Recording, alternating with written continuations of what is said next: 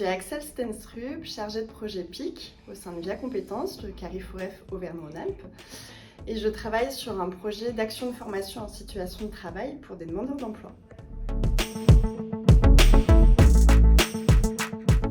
Ce projet vise à concevoir et expérimenter une méthodologie régionale partenariale d'AFEST pour demandeurs d'emploi. Il s'inscrit dans le cadre de l'axe 3 Innovation du PIC et il a été commandité par la DREETS. Il vise à former une cinquantaine de demandeurs d'emploi en situation réelle de travail. Ces demandeurs d'emploi seront formés par les entreprises directement en leur sein. Puis, ils seront recrutés par ces entreprises à l'issue de leur période de formation. Ces entreprises, nécessairement en difficulté de recrutement, pourront être accompagnées par des prestataires externes pour l'élaboration et la mise en œuvre des parcours de formation. Ce projet contient une formation gratuite à la méthodologie d'AFEST pour demandeurs d'emploi à destination des acteurs d'une AFEST, c'est-à-dire les entreprises et les prestataires externes qui les accompagnent.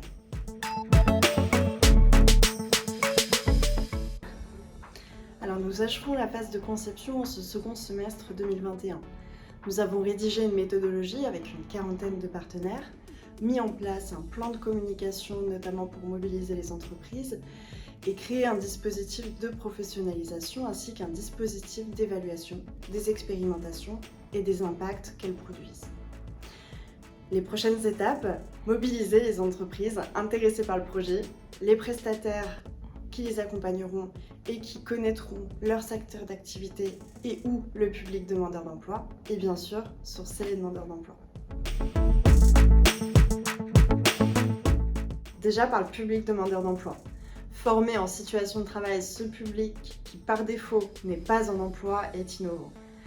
L'objectif d'essaimage également, puisque nous ambitionnons de professionnaliser et d'autonomiser les acteurs d'une AFEST, à savoir les entreprises et les prestataires qui les accompagnent.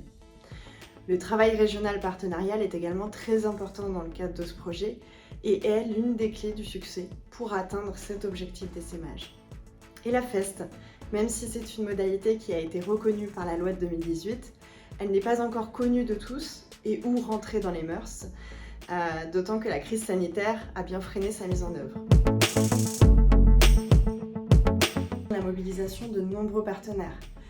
Dans ce projet, nous travaillons avec une quarantaine de structures, presque une centaine d'interlocuteurs, dont il faut entendre les craintes, les questions, les charges et les objectifs autres que ceux du projet. Et puis, dernier point, notre prochain challenge, la mobilisation, le sourcing des entreprises et des demandeurs d'emploi via les partenaires.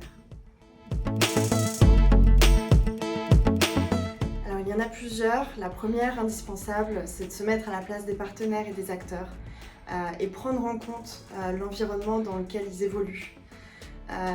Il ne faut pas hésiter à les mobiliser en dehors des réunions, sur des temps moins formels et bien sûr leur rappeler leur rôle et leur importance dans et pour le projet. La seconde bonne pratique serait de constamment rechercher des informations, rester en veille, aussi bien auprès d'autres régions que de partenaires qui n'ont pas forcément été identifiés au départ comme référents sur une thématique particulière. Les collaborateurs sont eux-mêmes des personnes qui ont évolué, évoluent et continueront d'évoluer dans un environnement mouvant.